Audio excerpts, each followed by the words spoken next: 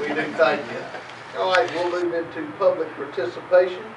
We do have quite a few tonight listed, and thank all of y'all for doing that. I will just address, because we have so many, we will need to somewhat keep it on our timeline for our policy.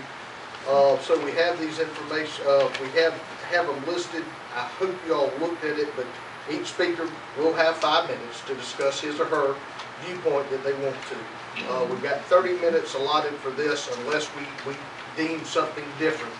And do understand that personnel issues shall not be discussed in open meetings except as provided for federal, state, and local law and policy. Reference to an employee must be made using the term teacher, administrator, or employee. So if you would keep those things in mind. And first we have Mrs. Leigh Touchton wanting to discuss insurance liability. Hey, Ms. Touchton. Hey, Mr. Sherwood, how are you? Also, I want to invite everybody to join the NAACP. My term is up. We have a young guy running, and if you haven't been joining because Leigh Touchton has been down here in your face, now's your chance.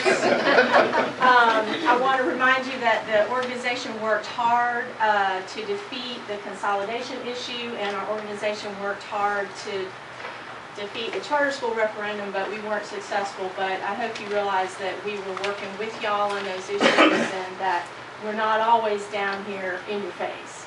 We do want to have a relationship that's productive, mutually productive for both of us. And I thank the members that have been, I thank the board members that have been members of the NAACP. Some of y'all are up for renewal. You know who you are. And those who have never joined, we'd love to have you. We'd love for you to come, Mr. Lee, and sell your tickets to your gospel fest and make me your special guest.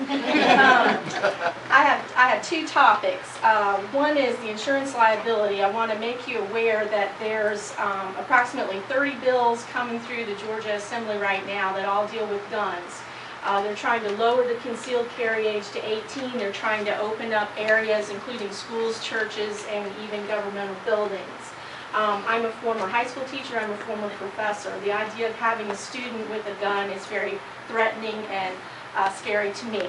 The idea of a teacher having a confrontation with a senior student or with one of my students at the college over a grade and that student flashing a gun, I would just say, here's your A+, bye. So that would eliminate any kind of academic freedom, because part of the academic process is to have the give and take between the teacher and their student. Also, I want to remind everybody, teachers are going to have to deal with parents, and sometimes that's confrontational. I want to remind everybody that the principals are going to have to deal with parents, and that's confrontational. There's 30 of these bills that are currently up there being proposed. They're trying to sneak them in. One of the main things that they're trying to get passed is to give school boards the opportunity to arm their principals.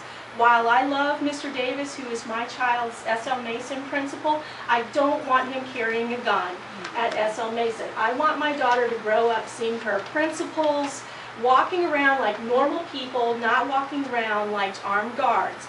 I'm totally in favor of having school resource officers, but I'm not in favor of our school board ever adopting a policy where we have to teach our administrators to go shoot a gun and to carry a weapon into our school system. I think that creates more problems than it potentially solves. So I just want to go on record with that. I hope this will be put in the minutes, because I brought this up at a PTO meeting and most people just kind of laughed at it and thought that it would never happen. And I want to share with you that I'm a member of a women's group called Valdosta Women's Voices. We're affiliated with 1 Million Moms Rising, which came out of the Newtown shooting. So we're very concerned about gun issues in schools. And we're trying to raise awareness about this because one of our members went to Representative Amy Carter. I know you're dependent on our representatives for the funds to come out of the Georgia Assembly, so you can't go up against her publicly. One of our members went to her and asked about the previous bill, which allowed guns in school parking lots and stadium parking lots, and she told our member, oh, that's not going anywhere, and then she ended up voting for it in the general vote. And so she's on our list of people we're very upset with, and that's why. So when you talk to your representatives, even if you can't do it, I hope you'll get family members, cousins, other people that you know to do it, and tell them, we're going to be watching you, don't tell us one thing and then turn around and vote for this, because this is a really, really bad idea. Okay, the second thing I want to say is, I'm a graduate of Lowndes High School, grew up more or less, my dad was military, grew up more or less in Valdosta, but we had to go all over the country because of where he was stationed. And I want to look at the superintendents on the board there. And I didn't know very many of them, but I know Dr. Sam Allen, and I love Dr. Sam Allen.